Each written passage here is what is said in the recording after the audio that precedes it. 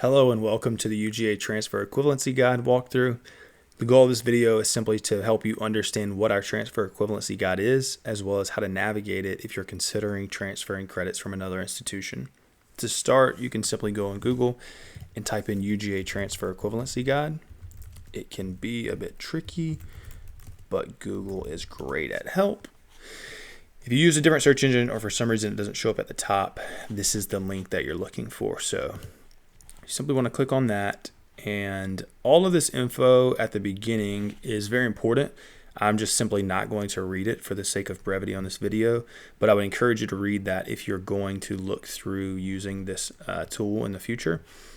Super helpful information is this right here: GXX, TXX, NFTR, and in the example I'm going to show you, I will explain what that means as you're trying to understand how those classes may transfer in. So the first thing you want to do is select the state. For this example, I'm going to use Kennesaw State University, but if for some reason you look through here and under the state that you're looking for your school, you don't see it listed, it doesn't mean that you can't have transfer credits from that school come to UGA. It simply means that we haven't had someone come from there before, and so it's not listed here as that precedent, because you will be said precedent if you do choose to transfer. So I'm going to scroll down to math.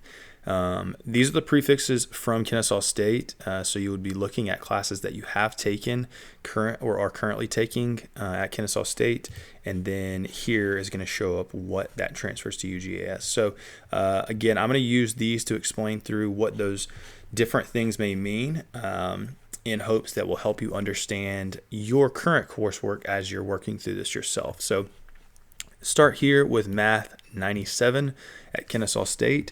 That is transferring to UGA as NTFR. And what NTFR simply means is that it does not transfer. So unfortunately, the hours or requirements that it may fulfill at Kennesaw State will not transfer to UGA. And so that class doesn't transfer, doesn't have an equivalency, and will not fulfill any requirements here at UGA.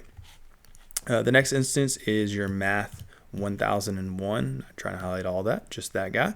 And that at Kennesaw State transfers to UGA as Math 1GXX. And GXX, if you reference that guide at the top, will show you that it's a general core elective. And what that means is, although Math 1001 doesn't have a direct equivalency at UGA, it will still fulfill a general core requirement for math. So you do have a core requirement at UGA fulfilled by this transfer of Math 1001 from Kennesaw State. Right below that, again, I don't want all that, just this guy, you see Math 105, and at UGA that's transferring in as Math 1TXX. What that means is the hours transfer over, but the requirements do not. So unfortunately, you won't get any graduation requirements fulfilled by that transfer, but in the overall number of hours you need to graduate, typically for an undergraduate program at UGA is 120, you will get those credit hours towards that graduation. However, it does not help to fulfill any requirements necessary. And then the last two are super similar, small nuance. Math 1101 at Kennesaw is going to transfer exactly as Math 1101 at UGA. So direct equivalency, it's the same class at both places.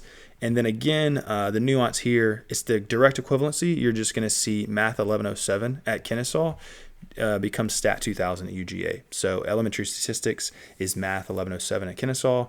It's Stat 2000 at UGA. So again, this is super brief, but hopefully as you're looking at transferring from your current institution to UGA, this will help you understand what the classes that you've taken or are currently taking will transfer over as. So again, hopefully this is a helpful starting point, and hopefully if transferring is right, we see you here at UGA.